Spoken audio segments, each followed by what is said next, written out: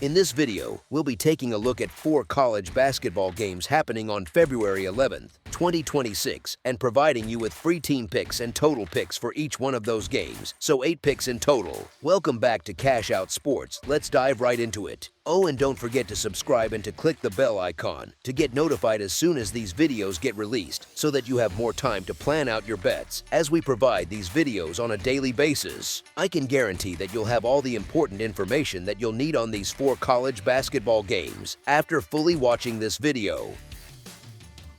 One more thing before we start. If you would like to gain access to our best exclusive sports picks to take your journey to the next level, then check out our Patreon in the link down below, where we offer our best single picks, parlay picks, and much more. Now let's get started.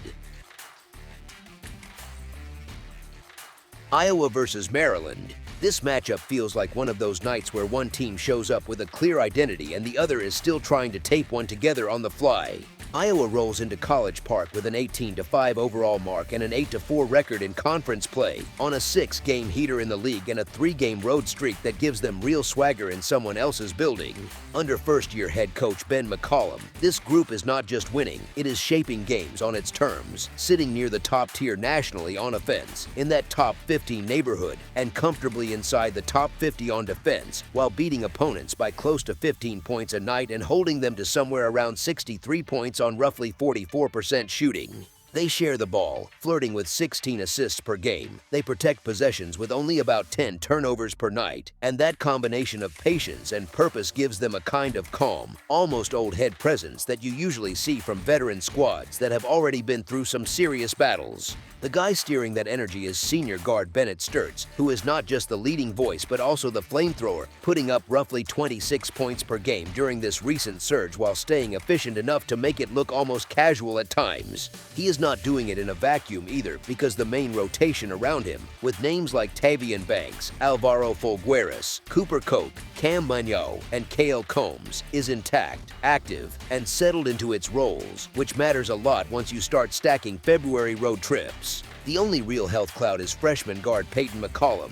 who is sidelined with a foot issue, but the core minutes that shape how this team looks night to night are all available, which keeps their rotations predictable and their chemistry steady. Gamblers and odds makers have noticed, and it shows in how consistently this group has handled expectations so far, with Iowa cashing more often than not against the number, piling up wins when listed as the favorite, and even covering in plenty of those games where they are laying a serious margin. On the other side, Maryland feels more like a team still in the workshop, sitting at 9-14 overall with a 2-10 mark in conference that tells a very different story about how their season has felt. Recent scorelines read like a warning label, with league losses by 20, 30, 43, 19, and 18, and that pattern of getting stretched out has a way of creeping into a team's confidence when another hot offense comes to town. Defensively, they have been giving up close to 79 points per game while allowing opponents to shoot in the 47% range from the field and north of 38% from deep, and that combination turns even modest offensive teams into something that looks a lot closer to a highlight reel. Buzz Williams is still tinkering with combinations, which is understandable, but it also means they have not locked into a set identity, especially with the roster thinning out due to injuries. Their interior anchor Farrell Payne, who gives them scoring and physical presence inside, is on the roster but currently out with a leg injury, which removes a big piece of their paint stability. Wing Raquise Passmore is also out for the year with an Achilles issue, and guards Miles Rice and Lucas Soto carry question marks around their availability, which complicates any plan that relies on steady guard play across a full game. They still lean heavily on guys like David Colt, Darius Adams, Solomon Washington, and Andre Mills, all active and logging serious minutes, but those efforts are happening within a team that has struggled to cover spreads and has repeatedly seen games get away in the second half. When you put that up against an Iowa team that already wins by margin, defends with structure, and brings a healthy, confident rotation into the building, the picture that forms looks much more like a sturdy favorite facing a worn-down host than a coin flip under the lights. As our first pick for this matchup, the Iowa Hawkeyes to cover the spread as favorites is our full game side pick. The total number hanging in the background suggests a fairly controlled game, something in that mid-range where both teams land in the 60s or low 70s, but the way these two have actually played hints at something brighter on the scoreboard. Iowa has been living around 78 points per game on offense while letting opponents sit near 63, and Maryland has hovered in the low 70s on offense while giving up close to 79, which pulls their combined scoring profile up into that zone that feels far more like mid-150s than anything quiet. If you just look at how often their contests clear ordinary totals, the pattern keeps pointing the same direction, with Iowa cashing overs in a strong majority of its games and Maryland doing the same often enough that you start to see a trend instead of a fluke. Stylistically, Iowa's attack is built almost perfectly for putting pressure on a shaky defense. They shoot over 51% from the floor, right around the high 30s from three-point range, move the ball, and avoid reckless passes, which means most possessions end with a good look rather than a rushed heave. That type of efficient offense tends to punish any lapse, and Maryland's defense has been full of those, sitting near the bottom of the national charts in opponent field goal percentage and three-point percentage while surrendering scores that creep toward 80 on a regular basis. Once a defense has to chase shooters and recover late to drivers, it usually leads to fouls, free throws, and more broken possessions, which all happen to be very friendly ingredients for a game total drifting higher and higher as the night goes on. Maryland, for all its defensive problems, is not completely toothless when it has the ball. Even without Payne inside, their backcourt with players like Coit and Adams can fill it up from the perimeter, and Solomon Washington brings enough energy on the glass to turn a few of those misses into extra chances that add sneaky points. They may not be efficient every trip, but in a game where they are chasing and trying to keep up, they are more likely to stretch out possessions, push in transition when they can, and take a few more early shot clock chances, and those choices tend to help an over even when the underdog is not playing perfect basketball. It is a little ironic because Iowa's defense is absolutely good enough to smother this Maryland team and drag the final tally into a lower zone, something like a tidy, controlled scoreline that lands in the 130s, and that outcome is the main concern for anyone expecting a shootout. The more likely rhythm, though, looks like this. Iowa's efficient offense gets to work early. Maryland scrambles to answer to avoid another embarrassing margin. The game opens up just enough in both halves, and by the time the benches start to empty late, the scoreboard has already crept past that mental line where an over ticket starts to feel pretty comfortable. As our second pick for this matchup, over the projected total is our full game total pick.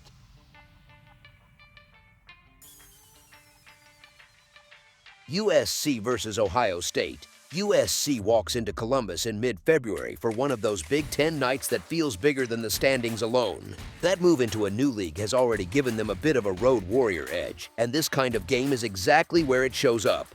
Ohio State still has the proud home crowd, the banners, and a building that can feel pretty loud when the students lock in, so the market naturally leans that way and treats the Buckeyes like the dependable favorite. On paper, you see USC sitting at something like 18-6 and Ohio State around 15-8, and it looks like a classic clash between the new guest and the old host. But it does not quite feel like a mismatch when you picture how these two actually play possession by possession. USC leans into length and chaos in a way that can really annoy a polished home team.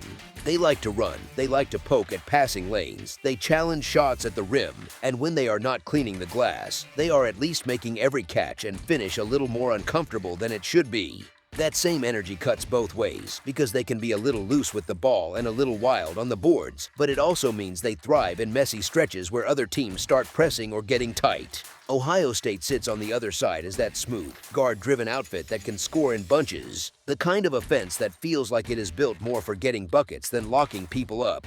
They share the ball, they get to comfortable spots, and they trust that the home rims are going to be kind enough if they keep firing good looks. The injury picture for both sides adds an extra wrinkle, and honestly it presses both staffs into some interesting choices. USC has already had to reshape things after losing an early season engine in the backcourt along with another guard for the long haul, which forced them to lean even harder on their size and their whistle-drawing drives. On top of that, their current #1 scoring option has been carrying that nagging knee tag on recent reports, so there is always that little question in the back of your mind about how he looks on quick changes of direction. Ohio State has its own headaches, missing a key transfer forward and a Baylor import big, and living with a veteran wing shooter stuck in the maybe column. That kind of attrition does not break a season, but it does trim rotations and nudges both coaches toward riding their main creators a little longer than they would like in a tight game. Here is the thing, when you pull all of that together, the gap between these two teams feels much smaller than the favorite label might suggest. You have an Ohio State group that can absolutely go on scoring runs but has a defense that still gives you windows to answer, and you have a USC team whose style travels because energy, length, and trips to the foul line usually play in any building.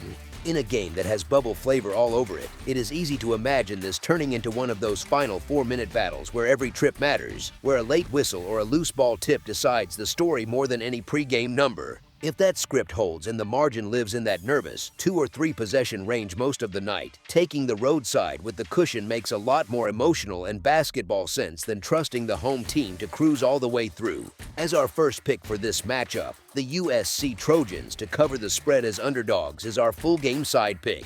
USC games have lived in that territory where both teams get into the 70s and 80s pretty regularly. And Ohio State is right there in the same scoring neighborhood, which already hints at a matchup that does not exactly scream slow and careful. You are not looking at two grind you down, walk it up on every possession types here. You are looking at groups that are comfortable playing with some pace, taking early looks when they like the matchup, and trusting their offense more than an ugly, low possession rock fight. USC's length shows up in blocks and contests, but it also shows up in fouls and whistles, and that is huge for how a total behaves. They attack the paint, they get their arms in passing lanes, and eventually officials start blowing the whistle on both ends. That leads to free throws, it stops the clock, and it quietly boosts the total because even empty trips are followed by chances at the line. Ohio State brings in an offense that already grades out as one of the smoother, more efficient units in the country, and it is paired with a defense that is solid but far from suffocating, which means both teams can find rhythm for stretches. When you mix a whistle-friendly style with a clean shooting team, you usually get long possessions that still end in points rather than empty, ugly sequences. Let me explain why the game flow leans toward points stacking up rather than drying up. Both teams are living in that tournament conversation world where every game feels like a small statement, so there is very little incentive to shut things down early if one side happens to pull ahead. You get extended late-game strategy, you get the trailing team using fouls to stretch possessions, and you get coaches using their last timeouts to build one more good shot instead of just letting the clock bleed out. Those small choices matter a lot for a total because they turn what could have been a quiet final 90 seconds into 4 or 5 extra scoring chances. It is the kind of matchup where you can almost picture the scoreboard camera cutting to fans checking their phones between free throws because the number on the board creeps higher than you expect even if no one feels like either team is playing reckless basketball. When you take the season-long scoring profiles, the way each team naturally leans toward offense, the foul-heavy stretches that USC tends to create, and the efficient finishing Ohio State brings to the floor, the most logical read is a game where points show up often enough that you are thinking about how high it goes rather than whether it gets there at all. As our second pick for this matchup, over the projected total is our full game total pick.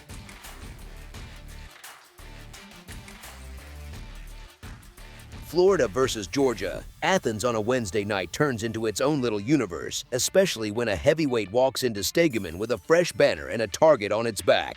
Florida comes in acting like the season champion, sitting at 17-6 overall and 8-2 in league play, right at the top of the conference, and they have been playing like that preseason reload. Do not rebuild talk was a checklist, not a wish. The market has treated them like the trusted blue chip in the SAC, assuming they can walk into almost any gym, flip on the lights, and handle business by a comfortable margin, which sounds great until you remember the other side has something to say about it.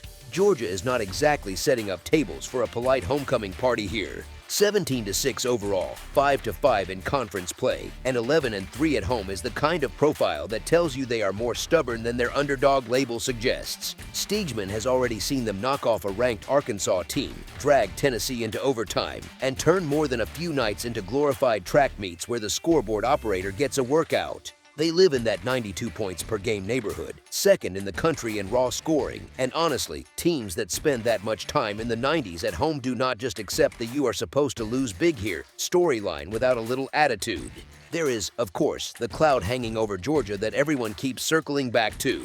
Their leading scorer, guard Jeremiah Wilkinson, is out for this one with that shoulder issue, and that is not some rumor mill thing. That has been confirmed and baked into the conversation already. On paper, that sounds brutal, and it is a real hit, but this roster was built with extra scoring valves. Several players can get into double figures, and the front court is anchored by transfer forward Cannon Catchings, who just hammered LSU for 23 in an 83-71 road win, showing he can absolutely step into the spotlight when the moment shows up. There is enough length, shooting, and balance here that the offense does not just collapse because the primary guard is in street clothes. It just shifts where the shots and touches go. Florida already took the first meeting, 92-77 in Gainesville, and that result gave the betting market a neat little story that the champs are simply on a different level. That game ended well outside what Georgia backers wanted, and people remember that kind of thing, even if they pretend they do not. Now the script flips to Athens, with Georgia coming off that confidence boost at LSU, still having lost only 3 times all season in this building, and getting tagged as the home dog against a brand name riding a trophy and a reputation. This is the classic spot where a high-energy home team leans into the crowd noise, leans into that mid-70s free throw clip, and hangs around possession after possession, refusing to let the gap stretch the way the pregame story suggests it should. The favorite may still land the win on the scoreboard, but it takes a lot for a road team to separate cleanly against a group that can score like this in its own gym, and this setup feels tailor-made for a closer finish than the narrative implies. As our first pick for this matchup, the Georgia Bulldogs to cover the spread as underdogs is our full game side pick. The projected total number is not shy at all. It is the kind of total that makes more cautious bettors wrinkle their nose a little, but when you look at how these offenses live, it starts to feel less like a reach and more like a reflection of reality. Florida spends its nights floating in the mid-80s in points, creeping closer to the high 80s over the last stretch, and that is not an accident. That is their personality. Georgia, on the other hand, has settled into that 92 points per game groove, right near the top of the national scoring charts, which means both sides are used to living in neighborhoods where defenses tend to get tired before the offenses get shy. Florida plays the chaos role with how aggressively it attacks the glass. They sit near the top of the country in total rebounds and offensive rebounds, which turns a lot of empty trips into second chances, and second chances into those little runs that suddenly turn a quiet possession into a 6-point swing. Georgia brings the flamethrower attitude from the perimeter, nearly 9 made threes a night on roughly 32% accuracy, and they are not bashful about letting it fly from deep. Shot volume from beyond the arc stays high, often in the high 20s for attempts, so even an average shooting night can still spray a lot of points onto the board when you add in all the free throws that come from aggressive drives around those screens.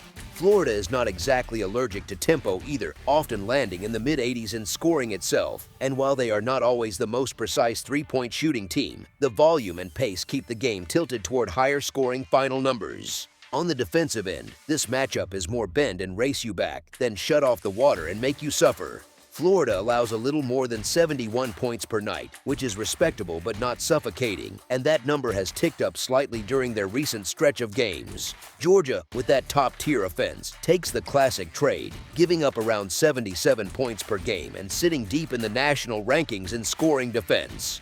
That style looks a lot more like we will outrun you and see who blinks first than we will turn this into a rock fight.